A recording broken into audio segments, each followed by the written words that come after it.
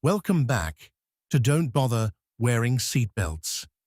Today, we are honored to be joined by the one and only Azalia Snail, the legendary Queen of Lo-Fi.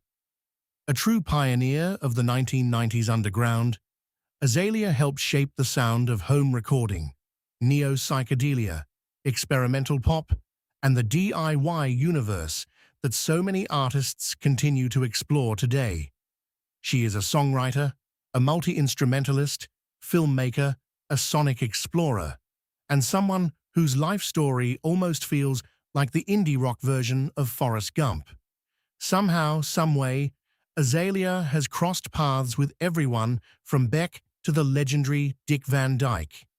In this episode, we talk about her incredible journey, the freedom of making art without rules, and her brand new album coming out on Cloud Recordings. How would you like to play piano for Dick?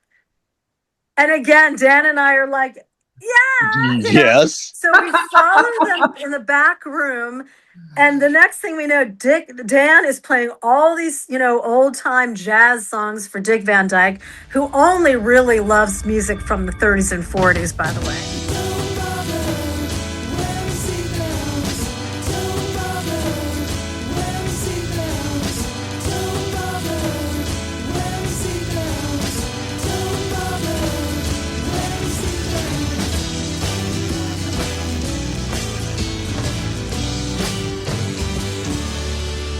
I just got out of the pool, so I've got a little bit of a wet head, but that's. Well, we're here with Azalia Snail to talk about her new album, Gentle Mental, that is coming out on Cloud Recordings. And another ambient masterpiece from Azalia Snail. Well, thank you. Or I don't know, would we call it ambient? I'm not sure if ambient's the right word for what this album is. Instrumental. Mm-hmm. I'm calling it an ambient journey.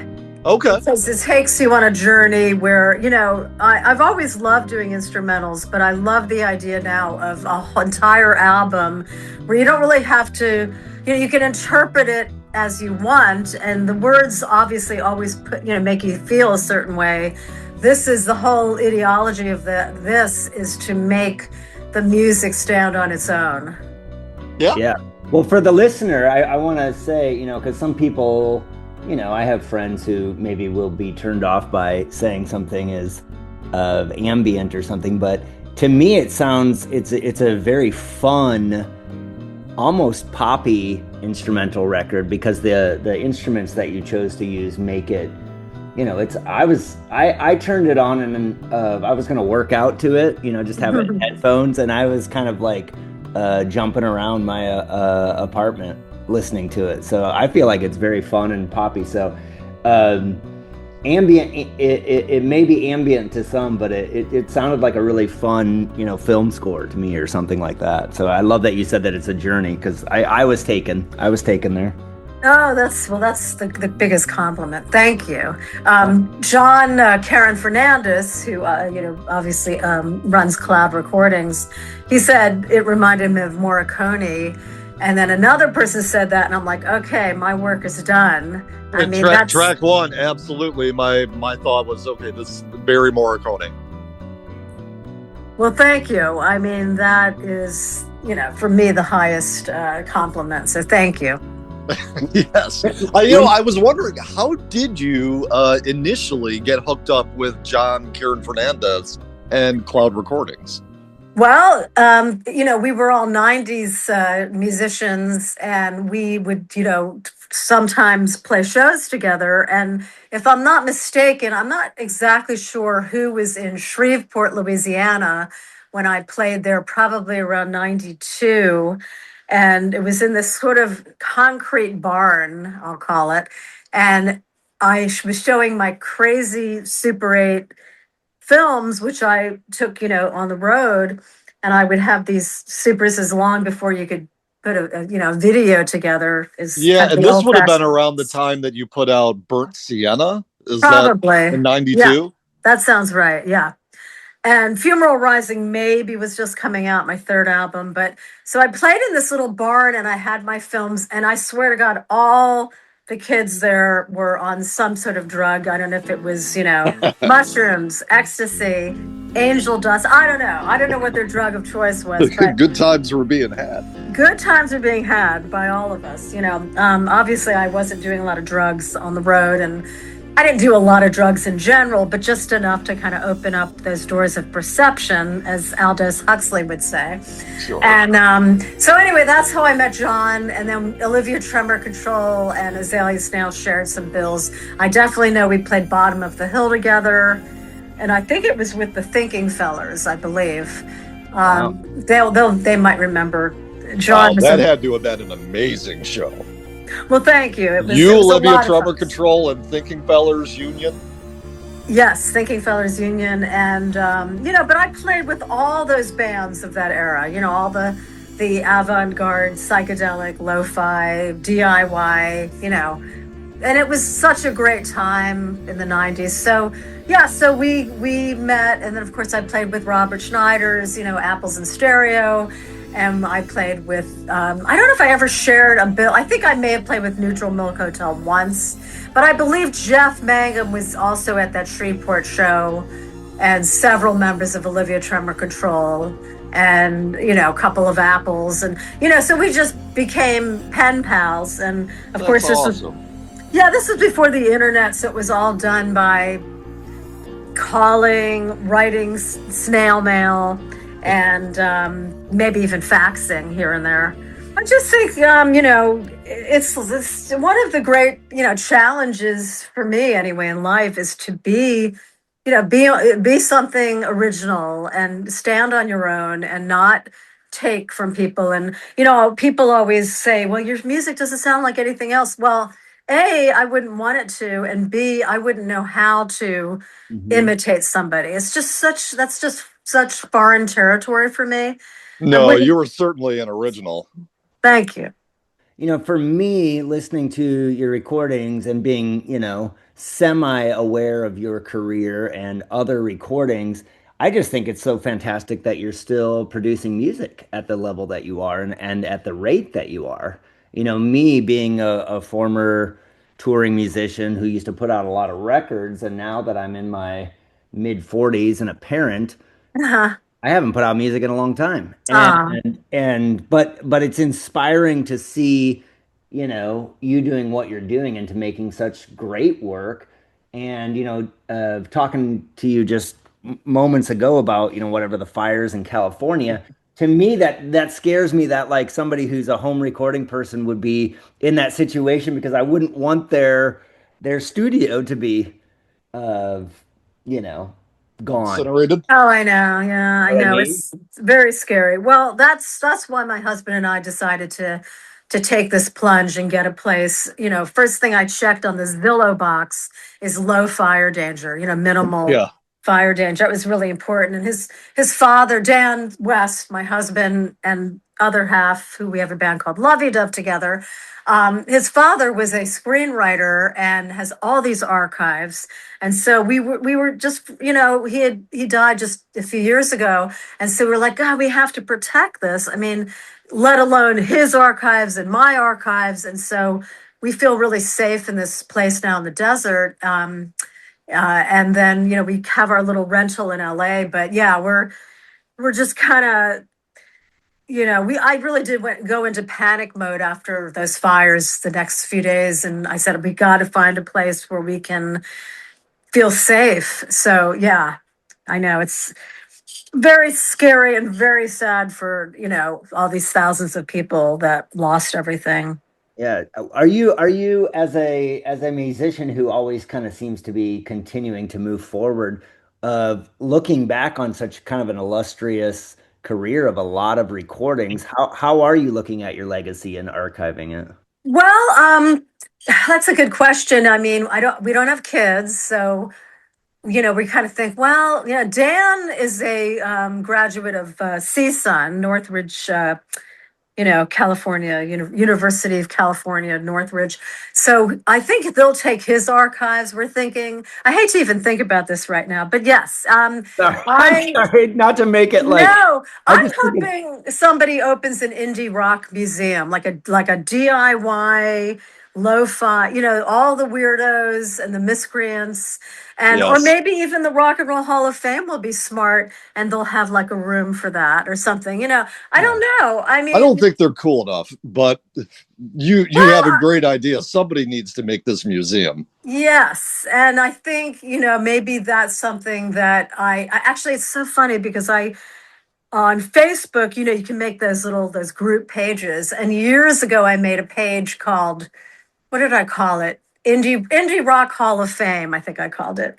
It's still up there, I think. I don't use it very much, but I think it is a really good idea for somebody to start thinking about that. Maybe I'll talk to John, or actually Robert Schneider would be great because he's such a genius, you know, Yeah. technical guy amongst, what being one of our creative geniuses.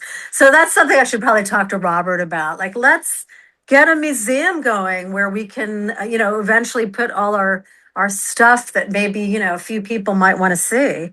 Yeah, no, that's amazing. I mean, I think, being a person who's loved home recording and lo-fi music and the community that it builds around it, I grew up in the 90s where you were trading tapes and CDRs and stuff like of just bands that you'd heard of and I just think that that's kind of the magical thing that's kind of lost now with digital stuff because of course it's so easy to share, but I just think that the relationships that were built at that time were something fantastical, and there's no way to probably archive that in the way that it made me feel. So I think that's why I wanted to ask you that, just because like just recently I've been kind of going through old film stuff that I made of like, I just posted a video of the Apples I took of one of their tours, and it's just so fun to just go back and see that stuff that I haven't seen in 25 years, you know what I mean? Right, right. Well, it's funny you say that.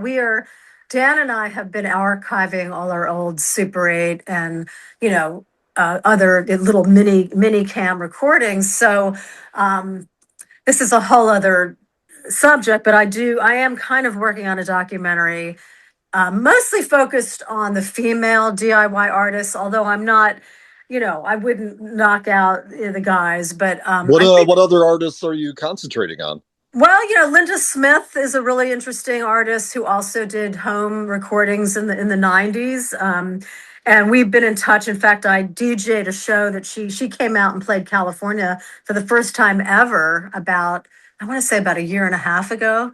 And, she had never played out here. And I think she's, a bit older than some of us, but she's getting this whole resurgence. She's getting all this kind of a little bit of glory right now. She's touring England. She just went to Italy. So she's somebody that I'm definitely in touch with, and she will be in this if this ever happens. I'm not very good with Final Cut Pro. I've always used iMovie. So I'm kind of having to figure out like the tech aspect of it. But Gotcha. I'm trying to get maybe a slightly more professional filmmaker type to get involved with it. But it's something that I do think, especially, outsider art, is people are very curious about it. And I think people are starting to focus in on it a little bit more, especially like, there's the underground filmmakers and other underground, visual artists that are starting to get some attention. And, none of us ever do stuff for, at least for me, I never did it for the fame or the money, but it's nice to be appreciated. So, Yeah, a podcast and like yours is great. Yeah. I think we're on the cusp of a DIY resurgence, and I think that because uh, art has become so glossy over the past decade, it's so polished, so glossy, and I feel like there's going to be pushback against that coming soon, and we're going to have a resurgence of punks making outsider art, and I'm looking Yeah. forward to it. Absolutely. Yeah, it's really, you're right. I mean, Dan and I talk about that a lot. It's just stuff has gotten so, smooth. And I mean, the top, I mean, I'm old enough to remember when the top 40 was amazing, when I was a little girl, and those songs were incredible. There's novelty songs and R&B when R&B was really great soul music. And Yeah. that stuff is just precious. And the top 40 of today, once in a Very while, formulaic. yeah, and most of it is just dreck, just horrible. Yeah. And that's really sad. But I do think people are getting tired of that, especially with this whole AI thing. I mean, it's just it's a real shame. I mean, it can come in handy. And I mean, it's funny because Robert Schneider is really embracing it. And I love that I think about him. it's all about the approach. I think it's in how you approach it. If you're approaching it as something interesting to play with, and you're not positioning it as being the same thing as an album that you produced yourself. If you're I don't like the idea necessarily of using AI to tweak things in your music to make it more presentable, to make it sound nicer. But I am interested in the idea of playing with it as an object itself and making sure that everyone knows that that's exactly what this is. We're not positioning this as the normal type of music that we would release. Yeah, you're right. I mean, it's all about how you use stuff. I mean, my goodness, when I used to use 4-track, and that was so raw, and I'd have to just keep reinserting the cassette, and you know how the whole thing goes with the Tascam Porta One. And now, I do everything on the computer. And these last 2 instrumental albums, I had so much playing, having fun playing with all the little tricks that you can do on, GarageBand. I'm still using GarageBand because it works for me. That's And, awesome. there's so many little, I call them tricks, but, there's great things you can do with the technology, the modern technology. And you're absolutely right. It's the way you use it because, there isn't a lot of organic instruments on these last 2 records. Just frankly, it's all stuff I'm kind of taking from the computer. And the main instrument is the omnichord, which is actually I think they came out in the 80s or maybe early 90s. And so that's kind of a synthesized instrument as well. But I do think that is absolutely right. Is the way you're using the technology and what's going on in your head, you know, with the crazy stuff that goes on in a musician's head like mine. I need to hear something really kind of wackadoodle to Yeah. move me. It has to be uniquely kind of bizarre for me to really appreciate it.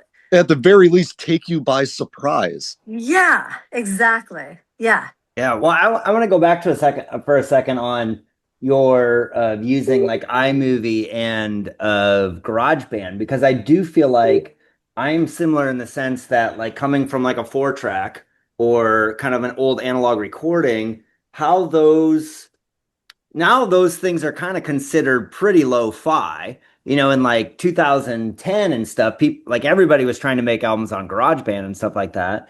And I'm still kind of using the same version of GarageBand I did from like 2010, but I love it because it kind of feels more like you're recording on a 4-track. Same thing with iMovie. You're not having to sit there and watch something render, and it's just like it's more making the stuff. And I think the one thing that AI has helped people who are not creative is that it gets them going making something quicker than the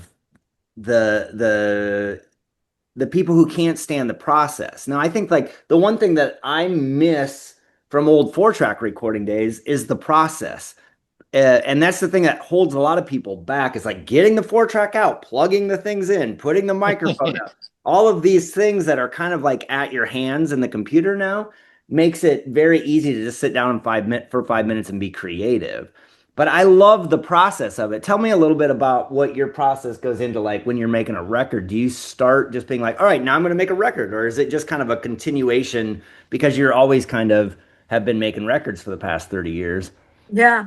Well, I also love the voice memo on iPhone. That's really great for me. So what I usually do is I have 4 different omnichords. And luckily I got these all for like next to nothing. Now they're I looked recently on eBay. They're outrageous sums of money for an omnichord, and they're really cranky little machines. Like I've toured with them, and if they get too hot or they get too cold or they shake around in the airplane. I mean, they can really, mess up very easily. So I've tried to take really good care of the ones that I have left that are still working. I've had to get a few different ones, but they each have their own personality. And, I know many more people are using them now, but I think the first person I know to have used them is Brian Eno, who's one of my absolute heroes, especially his early solo albums. They're just miracles, absolute beautiful miracles of music. And so I usually will start with taking out an omnichord. I did on actually, I guess the Lovey Dove we're working on, I took out my old Casio. So I have these old Casios too, which you can get for nothing at thrift stores, and they're amazing. And the sounds are so great, and they have these really great rhythms. And so I start with, sort of like the tribal bit of getting a good rhythm. I've always loved a lot of, I love any kind of like old weird African music. That's a big inspiration for me. But so yeah, it starts with kind of the rhythm of it. It starts with definitely has to be chords that sound unusual to me. I'm not going to be satisfied with just a bunch of major chords. That ain't me. And so it starts with that, and then I take it and put it into the computer, and then I'll just start my layering devices. And I get into, it's interesting because the early stuff I did on 4-track, it was aided by definitely doing mushrooms and a little bit of acid and pot at the time. And now I don't need any of that, because I always say to people, once that's in your headspace, you don't need to do drugs. I mean, probably a lot of people assume that I'm still doing psychedelic drugs. I'm a big fan of using them in little, and sort of when you're young or later if you need to, whatever people want to do. But I definitely think that psychedelic drugs are, I don't know, for me, they were necessary, I think, to open up that headspace. So once I get into the headspace and I get the headphones on and I get in that zone, it's precious. That is such a precious, wonderful, immaculate zone that you're in. And that's when the music comes. And, then once I have it in a certain place, Dan, who's such an incredible musician in every regard, but he's also he's an incredible bass player. So he put on the bass parts that give it that kind of momentum, and that's just sort of the added thing. And then I just take it at that point. Is there anything else that needs to be added? Then it's the mixing and panning and adding any other effects you want to add. So that's it. It's really about getting into a zone. Yeah, and I think that's the beautiful thing about being a recording person is you kind of feel that's the moment you do feel free. So you almost are feeling high anyway when you're making this stuff. Exactly. And I love Yes. that. I love what you're saying about weird chords and stuff, because the omnichord is perfect for that, because you can push 6 buttons at once and make something that no orchestra could ever attempt, or It's so nobody true. would try, right? So No human has ever conceived this sound. yeah. So I just love that about the omnichord is, a lot of my friends, I have one, and Yeah, a lot of my friends who play one, they think they're very limiting, and I'm like, no, no, no, you can do so many different weird things on that. And exactly. I just love also just the way pushing a G button and going like that sounds, you know what I mean? So it's a Absolutely. cool No, instrument. they're It's so cool that you've collected them over the years and found the uniqueness of each of them. So it's really cool. it's hard to, I mean, I get out the guitar once in a while, but for me, the especially the way it sustains natural, like just has that sustain thing that is so me. I just want the sound to like go places. And Mm. guitar, yeah, you can do that with pedals and stuff. And obviously you can do feedback with, amp and all that with guitar, but there's just something, and the portability, the portable factor of the omnichord is just so me. It's so perfect for touring.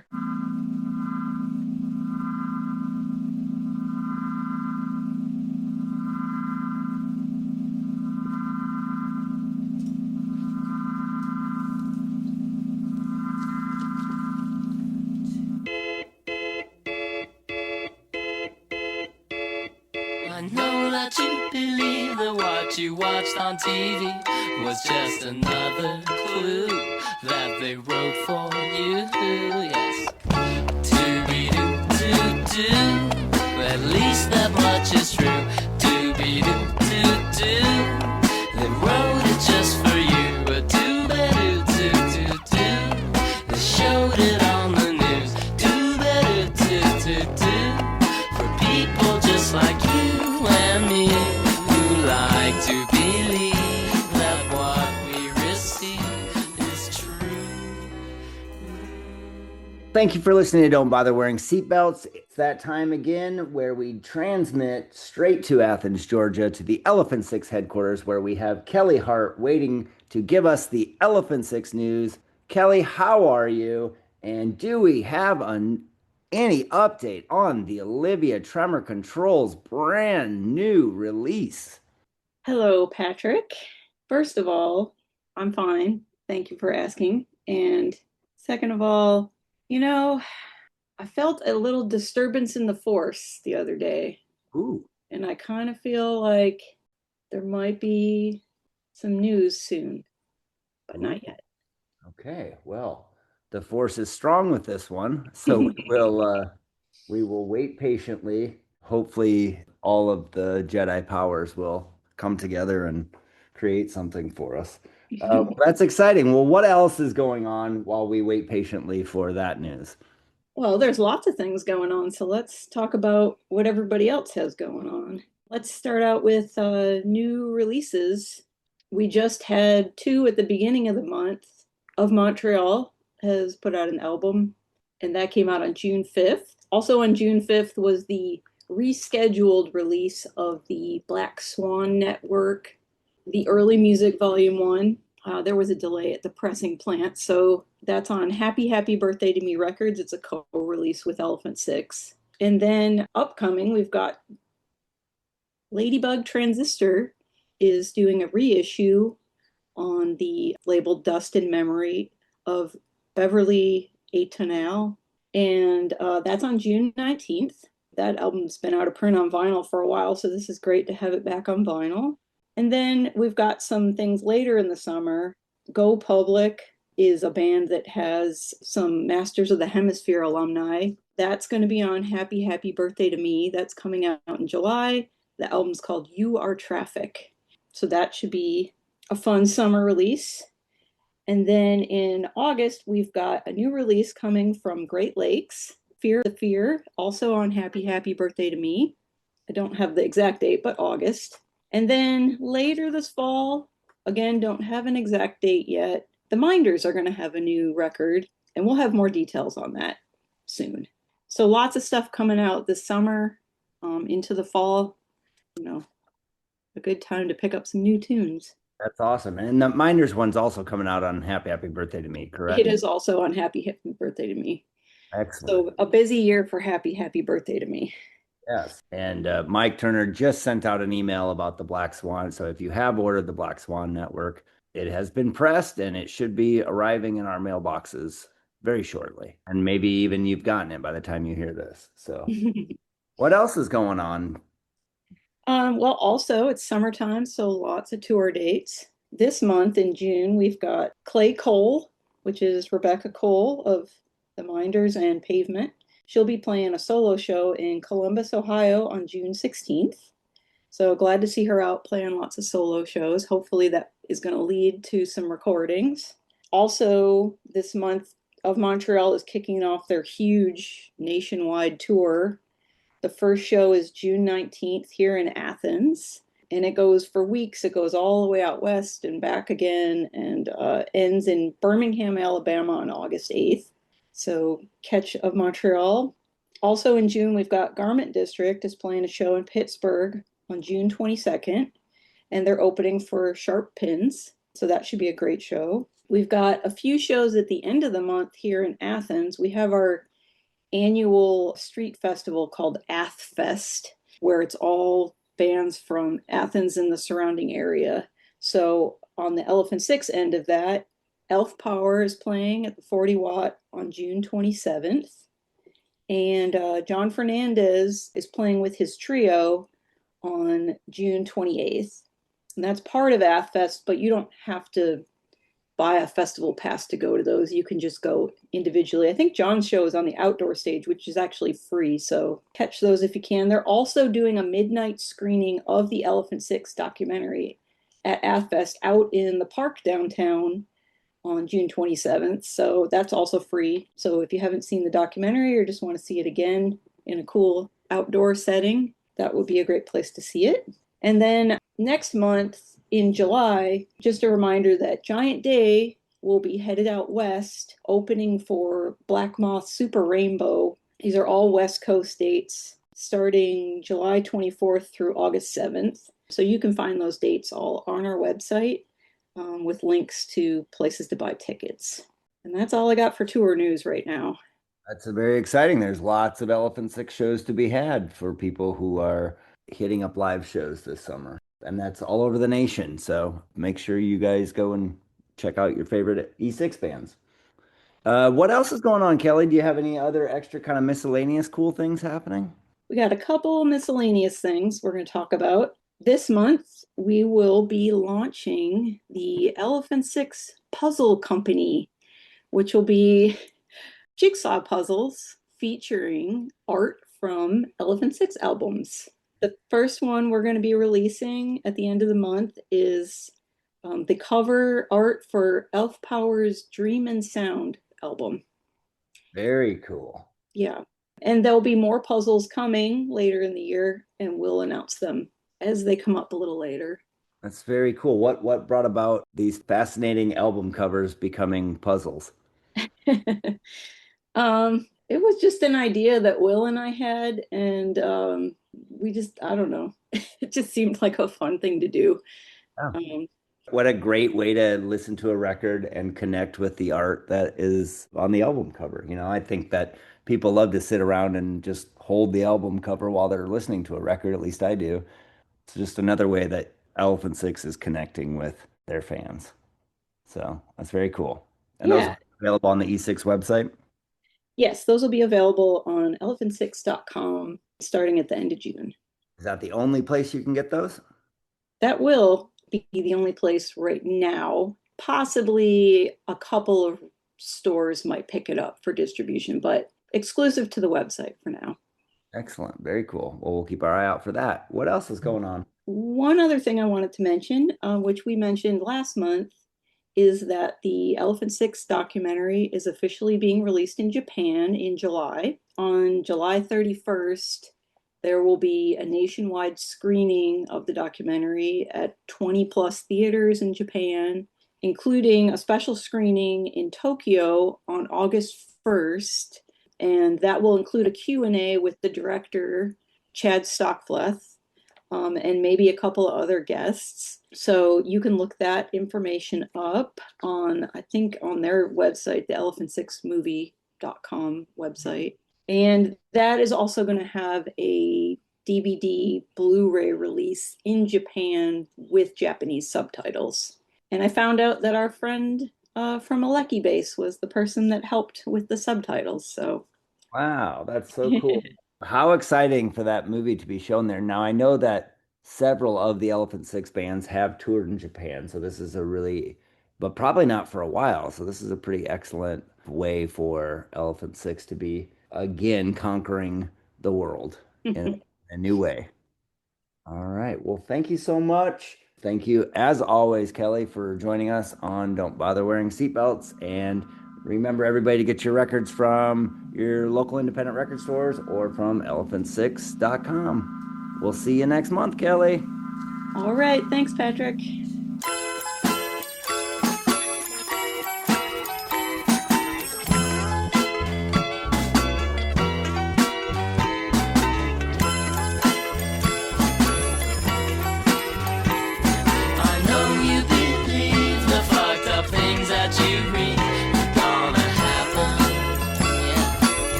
So when you were touring in the 90s, you were playing films while you were so kind of soundtracking the backing film a lot. Absolutely. Yes, yes. And in fact, it was so fragile because you'd have the Super 8 and I had my own little projector, and a lot of times I remember like I'd be playing and all of a sudden the film projector would go black. Well, the film was burning.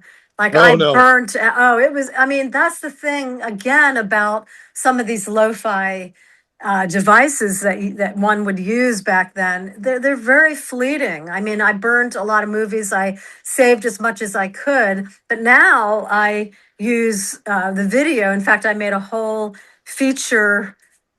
I guess I'll call it a film, but I made a feature feature length projection.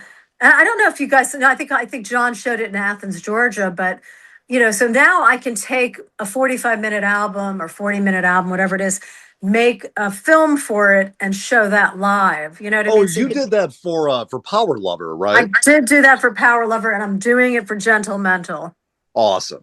Awesome. Yeah, because I also love visual arts, and I love making these videos, and I've got like a ton of them on my YouTube channel. There's an Azalia Snail channel and a Lovey Dove channel, and I love doing it. And and again, YouTube, what a miracle that is, where you can just put your stuff up there, and whoever wants to see it can see it.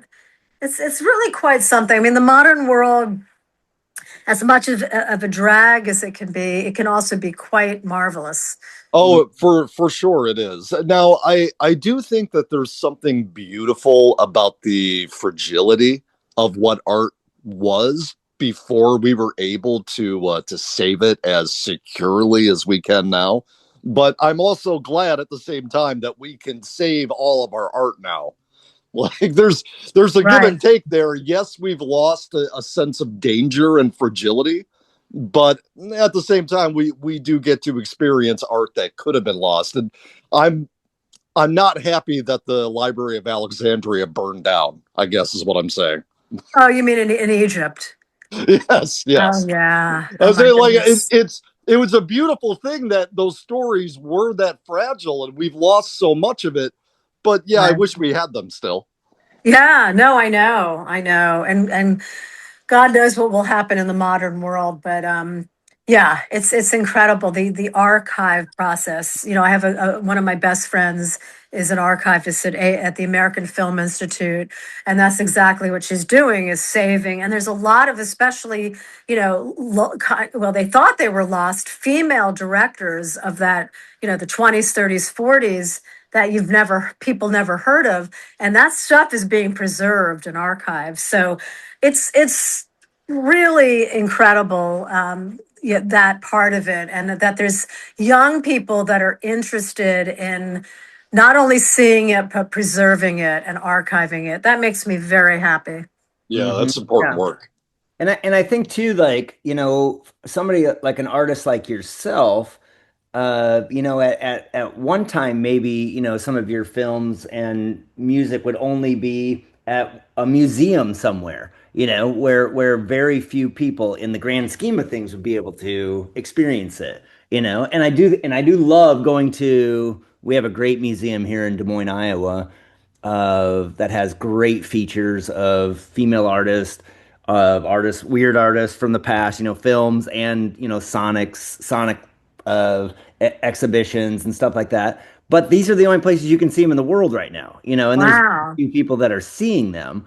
Same thing with, like even like Andy Warhol's films, they're not readily available. So you would have to go to a museum. So I think an artist like you that has done so much, something like YouTube is very important into diving into your existence. And I do feel like sometimes, though, of our modern times has made art kind of less important because there is so much of it, and there isn't as many people who are probably trying to preserve it on a museum like level, even though it, maybe should be. So I think that's why it's all rolling through my head a lot right now about archiving things and the importance of it. And I really think that, hopefully someday, whether it's in 10 years or 100 years, that there is an archive and an exhibition of your work, because I think it's that important. You know what I mean? Ah, well, thank you for that. Yeah, and I mean, sometimes it just takes, yeah, one or two people that believe in an artist to make something like that happen. So, I do get people reaching out, and we'll see what happens. I love that you're talking about making a film, though, because I do think that film is such a great catalyst for people diving into a catalog, I guess, or that's how many of my favorite musicians over the past, kind of weird ones or whatever, it's from diving into a documentary or something like that, and then just getting obsessed. Well, as I like to say, they're making a documentary about everybody. So everybody will get a documentary one day, Yes. Good, good. right? I just wish I had the time to watch them all and Yeah, get I know. obsessed. You know who I want to have a documentary is I'm always excited to see the photos and videos that you post of Dick Van Dyke. Ah, Because I fucking love Dick is that Van is Dyke. that like the most insane thing that Dan and I have become friends with Dick Van Dyke, and I'm Dan. so happy about that. I like any excuse I have to see pictures of Dick Van Dyke with that big smile on his face is just the happy place for me. Well, he is, I would say, one of the 10 most cherished people on the planet right now, if not top three. And he was for me. And, the way we got to know him is also modern technology. You have to hand it to that because, I started following Dick Van Dyke on good old Facebook. And probably mostly during the pandemic, because, we all had a little more time on our hands, right? Being at Yeah, home. yeah. Yeah, so I started during the pandemic. Dan had gotten me some paint supplies and canvases because I always loved to paint. And again, I had more time on my hands, so I started painting. And one of the first things I started painting was cats and dogs. And I painted our two cats that had passed away, Biba and Felipa. And then I was looking on the internet to see what cat or dog I could paint. I am more of a cat person, but I think I'm equally pretty good at painting dogs for whatever reason. Anyway, so I saw that Dick Van Dyke had three cats. And there was three. They all looked a little different, but one was a butterscotch cat, and I realized I had not yet painted a butterscotch cat. So I painted the cat, and I posted it on Facebook and shared it with Dick's wife, Arlene. And she said, "Oh, that's amazing." And then Dick Van Dyke said, "Oh, Seven will love this." Seven is the name of the cat that I painted.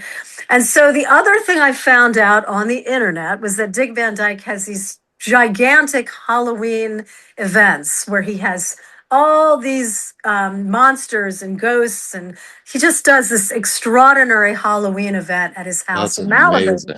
That's his favorite holiday. And so I delivered the painting to them on Halloween. I guess it was 2023 or 2022, maybe. The years go by, right? But 2022 or 2023, I delivered the painting, and then let's see okay, so then I saw that Dick Van Dyke's grandson, Wes Van Dyke, who's an extraordinary painter, he paints seascapes, oceans and stuff like that. And so I saw that he was having an art opening in Malibu. And Dan and I said, well, let's drive out there and go. And we got there early because we always leave for things early because of LA traffic, And so we get there and we're there early and there's nobody in the parking lot. And I thought, do I have the right date on this? But yeah, we went in the building. At that point, we had to use the restroom anyway. But so we go in, we see the Wes Van Dyke poster, the exhibit's right there. We walk in the building and we walk into practically run in to two people. And guess who those two people are? Dick Van Dyke and his wife, Arlene. So real quick, if you have another minute, I'll just tell you the rest of the story. Is that okay? Yeah. So I said, "Oh, hi, I'm Azalia Snail. I painted Seven." And Arlene goes, "Oh yeah, Azalia Snail, right? Yes." And Dan said, "Hi, I'm Dan West. composer, arranger, musician. Yeah, we were both a bit nervous. So so Dan shook Dick Van Dyke's hand. I started talking to Arlene. Dan is talking to Dick Van Dyke. And so then after about a few minutes, they said, "Oh, we're going to go hang out in the green room backstage, in the back room." And Dan and I looked at each other like, "What the fuck was that?" And so then we go in and look at all the paintings and we're gazing at the beauty and they're gorgeous. And then about 5 minutes later, Arlene comes back into the gallery. And there's a few more people at this point, but still not crowded. And Arlene says, "Hey, there's a piano in the back.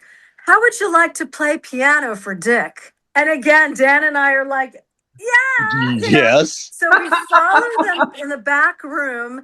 And the next thing we know, Dan is playing all these, old time jazz songs for Dick Van Dyke, who only really loves music from the 30s and 40s, by the way. He's really that's his happy place. And so Sure. Dan, who's such a genius, knows all those songs. So he starts playing Oscar Peterson, and Dick Van Dyke saying, "Oh, I love Oscar Peterson. I remember when I saw him at the blah, blah, blah." So they're having this conversation. Dan is playing, I'm talking to Arlene. And then Arlene comes over and says, "Hey, does Dan know any of these songs?" And she takes out a Spotify playlist. And she goes, "What's your number? I'll send you the playlist." So she sends me the Spotify playlist. I'm going over saying to Dan, "Do you know this one? How about this one? Ella Fitzgerald, all these people that Dick loves." And so for about 2 hours, we're back there. And Dick is sitting there doing a little jig. He gets up. Oh my He God. starts dancing. He's singing. Some of this stuff I have on video and of course photographs. And I've posted a little bit on Facebook, but yeah, that'll have to be in the documentary. But yeah, it was just an incredible. And then Arlene says, "Well, we're going to have all these events for Dick, leading up to his 100th birthday. Would you like to be involved?" Yes. So next thing we know, we're doing all these events with Dick Van Dyke and Arlene and some other musician and other friends. And I mean, it just became this whole thing. So yeah, for about 2.5, 3 years, we were doing all these events with Dick Van Dyke. I think that story is incredible, and I just love when an artist of course Dick Van Dyke's caliber, one of the most legendary actors ever, understands the life of another artist, whether they're an avant-garde artist and a composer. There was a connection there. You guys could see it in each other's eyes, and the next thing you know, you're collaborating, and it's just it's just magical. I think It's magical. Well, the other Yeah. thing I should say is that he's also a huge Bernie Sanders fan. And Dan and I, not only are we fans, but we wrote a song for Bernie. Yeah. I call myself a Bernie bro. I'm not, I mean, of course I voted for Biden, all that stuff. But I'm so true blue and I'm such a libtard. And I just think Bernie is another one of the 10 greatest people on the planet, actually. I think he's a beautiful person, and it's unfortunate that we can't have him as our president. It's the greatest crime of the last, few decades that we couldn't have our Bernie at the top, because he's marvelous. And so it just makes sense because Dick Van Dyke is such a humanitarian as well. Bernie is, and we've got some young people coming up that are, I haven't given up, but yeah. It really makes me feel good to hear that, because there are a lot of people from that period of time that are somehow falling onto the other side of this. But at any rate, growing up for me, I watched the Dick Van Dyke Show religiously because, well, my mom was crazy religious, but I was allowed to watch anything that existed when she was a kid. So I couldn't watch anything modern, but I could watch anything that existed when she was a kid. Some of that turned out really well for me. I absolutely adore Dark Shadows, and I loved watching the Dick Van Dyke Show every day. It's the best. I mean, it's so funny because, I don't know if you remember, but there was an episode called Talk to the Snail. So I feel like there was a little bit of, what's the word I'm looking for? There was a futuristic thing in the works that Dick Van Dyke and Azalia Snail would meet. I don't know. I just feel like, I know that's maybe crazy to say, but I feel like there was destiny is the word I was looking for. Yeah. I still call tall balding men Mel Cooley. So Yeah. Absolutely. Oh, and I had this great experience with Rose Marie, and we got to tell Dick Van Dyke about it because Rose Marie, they made this amazing documentary about her called Wait for Your Laugh, and it's wonderful. And so when Rose Marie passed away, I went to her estate sale, which was in Van Nuys, not too far from where our LA place is. And so I went there, and she was like a real collector of everything. I don't want to say hoarder, but she collected a lot of stuff, you know. And so I picked up a few things from her estate sale. And one of the things I talked to Dick about that first meeting in Malibu was I said, hey, I went to Rosemary's estate sale, and it was so great. I got to see, all her knickknacks and beloved objects. And Dick, of course, with perfect timing, says, Rosie, she didn't leave me a thing. And so when we were at Dick's, this is going to sound so nutty. When we were at Dick's house, because we were been at his house on many occasions now. So once when we were over his house, we decided I would bring him an artifact from Rosemary's house. So the thing that I thought he would dig, it was a picture, like an illustration of two cats, and it says something like, you always have a friend in me, something like that. I have a picture of it. But so I brought it to Dick's house, and he wrapped it up, and he unwrapped it. He goes, what's this? What's this? And Dan said, well, remember you said you didn't get anything from Rosemary's, she didn't leave you anything. Well, here you go. And so he opens it up, and it was just a marvelous. I have a picture actually of him opening up the present and showing it, displaying it. But he's just. Oh, you posted that on Facebook. I think I remember seeing it. I believe. Well, I don't know if I posted the photo because I try not to overshare the Dick Van Dyke. I know you showed something of him opening a present, and he looked very, very happy. Yeah, I'm not sure. I may have. I'm not. Yeah, I'm not sure exactly what I posted. I have to be careful because he is, he's so protected, and yes. I don't want to spill the beans on anything. But I did think that was kind of a sweet little story. Yeah, it's a beautiful gift too. I mean, I think that's what a great way to connect two old friends through a new friend. I just think that's marvelous. I think that where did you grow up? Like, were you kind of grew up in LA or what? No. Dan grew up in Studio City in LA. I grew up on the East Coast. I was born in Philadelphia, and then we moved to Newark, New Jersey, right outside of New York City. We were there for about 6 years. Then we moved to Ohio briefly, outside of Cleveland, and then we moved to Maryland, just near DC.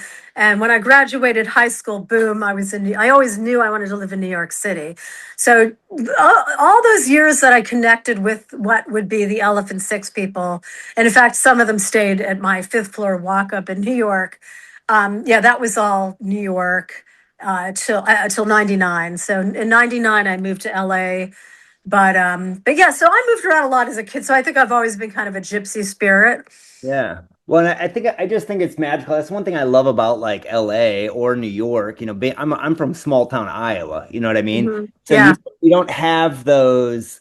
I just love that these different generations of artists can connect in strange and weird ways that it would not happen in anywhere else in the United States. That opportunity would come about to meet Dick Van Dyke or something. That's why it's such a cool experience for me as a fan of music to have gotten to meet so many of my heroes. You know what I mean? So I think that I just think it's really cool that you have you've been a part of that, or you are part of that legacy of artists, meeting other artists and learning from other artists. Like what kind of got you into making music as a kid? Like, well, I always, music, I always say music is my religion. I specifically rock and roll, I would say is my religion. It's, again, growing up, as a kid, when the music played on the radio, and even when I started touring, there was all these great oldies stations. So Hmm. anybody who toured with me back in the 90s knows that it was full blast oldies stations. And a lot of the stations, at least in the 90s, were playing really obscure, Yeah. tracks that maybe you wouldn't hear on normal oldies stations, but they were digging in deep. Ohio was great, and you would just pass these different states and find the coolest music. And of course, the college radio stations were amazing too, not to discount that influence on me. But yeah, there was this one station in particular in DC, WGTB, that had this DJ named, he called himself Mystic Eyes after the Them song. And Uh, he just turned me on to, the Trogs and the Sonics and just all kinds of cool I love garage, like gritty garage rock a lot. I mean, there's so many music, like, of that era that I love. I never really was a big country fan or blues fan. Those are the two. Sorry, people that love that, but those two just a little too mundane for me. I don't know, but I mhm. do. I love avant-garde. I love free jazz. Dan and I also have a free jazz duo called Snail Meets West, where I play the drums and he plays piano. We have two albums out with that project, and we're going to keep doing that. And I just love. Um, Anything that moves me. So, music of that time, I would say, mainly starting, I would say the 60s and 70s are the two decades that I would say define my taste the most. Um, just because those were the years where everything really came into fruition. I Mhm. mean, the best rock and roll, of course, it started in the 50s. And one could even go back and say, of course, the old gospel and soul and all that came before it. But I'm just saying, for me personally, those are the eras that define, me as an artist. And I always wanted to do it. I mean, I always loved, and worshiped. I had rock and roll posters over not only just my walls, but on the ceiling. And just like, this, I was obsessed. And Yeah. so I wasn't sure I could do it because I was not a trained or disciplined musician. So I really tried to do it, but I just wasn't. Um, I wasn't gifted in the way that, let's say, my husband Dan West is. I'm not gifted in that way, but I do have. Dan always says you have great ideas. And so I learned to play guitar. I learned some other instruments enough to do my own thing. And in a way, maybe it was to my advantage not to be so skilled because I did make up my own chords. I used the capo a lot and just did what I could in that regard. And so I knew I wanted to do it. It wasn't until, I guess, when I moved to New York and met these guys in a band called Fly Ashtray, and they were so encouraging in the way that a lot of people hadn't been in the past. I had a lot of disappointments with friends that didn't really encourage me, boyfriends especially, that, they just wanted me to support their art. And so Fly Cool. Ashtray really, we got to go, doing that. We played CBGBs in our crazy freeform band Stoink, which I have a couple videos from that. Um, and I just started doing it, um, and then there was the radio station WFMU that had this DJ named William Berger, and he had a show that he called Lo-Fi. So you could make music, let's say on a Monday or Tuesday, send him the cassette, and he'd play it on his show on the following Friday.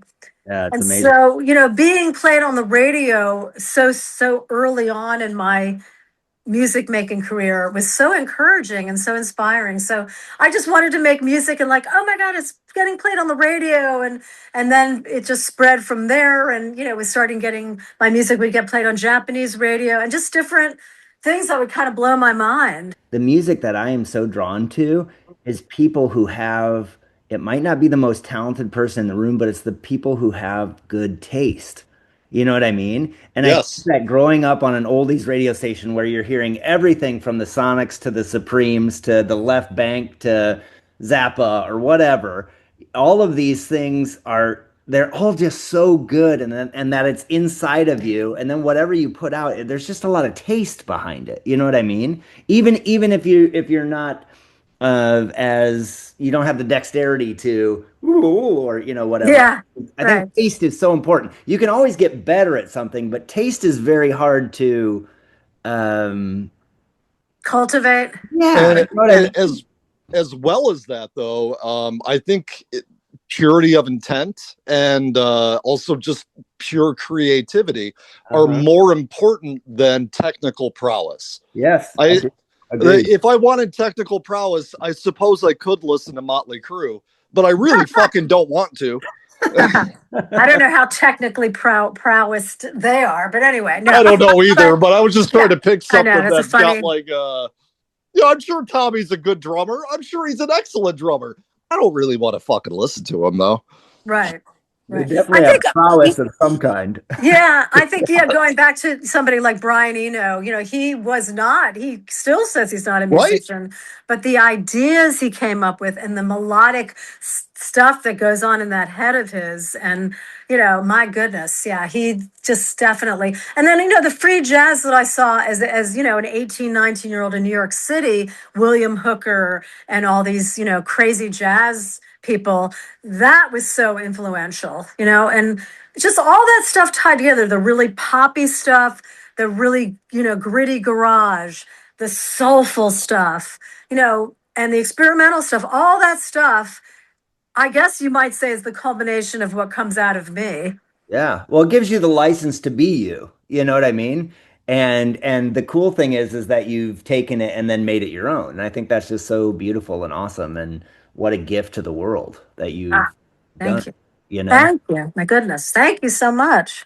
Well, I'm so happy that you're that we got to talk to you because of the cloud connection and where can people find you, get more music, learn about you, give us all the deets so more people can know. Okay.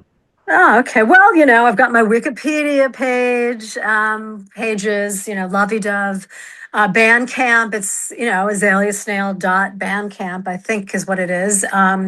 There's YouTube. Like I said, I think if you Google Azalea Snail, all that stuff just comes up now. The search engines, da, da, da. It's funny. Once in a while, I'll Google myself just for curiosity. And Sure. they're connecting me with Beck now, which is nice. He was somebody who was a big fan of me early on. Not that he has ever really done anything for me. Come on, Beck. But anyway, but That's he what the he Olivia Tremor Control guys do too, because they once toured with him. yeah. And one time I was hanging out with all of them after after a circulatory system show or something. They're like, "Yeah, Beck doesn't call anymore," you know. Yeah, what's interesting though, he is starting to get back and hang out with the DIY people. I just Good. missed, had I been in LA, I don't know if it was last night or the other night, he was hanging out at this funny little bar, celebrating, Ian Slavonius, I who love doesn't that. I love Wow. that. So I'm not making fun of him. Oh yeah, no, Oh Beck's no, he's amazing. great. Yeah. I've got, he wrote me postcards. Like we sort of had crushes on each other, but he was with this, beautiful gal. And, I think I was with Danny from the Supreme Dicks at the time. We went out for some years. But there's just, I think, oh, we were going, yeah, I'm sorry, I'm going off track, but let's see where else. So, yeah, all the usual places is where you can find out about my music, and people, they used to write me fan letters, and now, I'm always happy to give out my email if somebody wants to drop me a line. It's readily available, loveydoveinc at gmail.com. And I'm here for anybody who's interested in knowing more. Awesome. And are you planning on touring or anything on this record or anything? I haven't done a proper tour in quite a while. I think I blame California because California is so marvelous. And why would you want to leave? In New York City, I was living in this tiny apartment, fifth floor walk up. No real kitchen, just a real, it was great at the time. But I always wanted to tour because I needed to get out and explore. And I Or was more really, space? I needed more space. I was, really young and eager. I'm just so content to be in the space I'm in, but that doesn't mean I wouldn't consider like short runs. And I'd like to tour with maybe a bigger band. That's why I keep saying, Beck, take me as your opening act already. Come on, it's been like 25 years or something. So yeah, I'd love to tour with somebody who has an audience, because my audience is still very small. It's a petite audience. Well, I saw Beck last year with the Des Moines Symphony, so Ah, and beautiful. and you would have tore the head off of that crowd. So you would have been a great opener. There was no opener, so yeah. Oh, I know. I don't even know if he has openers Good anymore. call. He's got so much material, but there's other artists, who have, helped me out here and there. I opened for Stereo Lab and, some other bands that I love. Low, Alan Sparhawk is still a dear friend of mine. In fact, I'm going to see him next week in San Francisco. He's playing. Didn't you do a painting for their last album? I did a painting of Alan's dog Blue. I did a painting of Blue and sent it to him. And I that's the other thing. If anybody wants their dog or cat painted, I love doing it. I charge a fee, but it's not a huge fee, and you get your very own Azalia Snail portrait. Yeah, that's awesome. Portrait. I love it. Yeah. I love it. Well, it's so good talking to you. And everybody grab the new record on Cloud. And yeah, we'll keep an eye out if you are playing shows. And thank you so much for all the music you've made over the years. Thank you so much. It's been a pleasure, you guys. On the next episode of Don't Bother Wearing Seatbelts, we talk to Matt Sweeney and Derek Almstead about the Elephant Six classic Age of the Sun by the Sunshine Fix. Until then, don't forget about our $1 Patreon that makes you eligible for our many giveaways and helps us keep the proverbial lights on. And oh yeah, don't forget to do what brings you joy and fulfillment. And maybe listen to some great music too.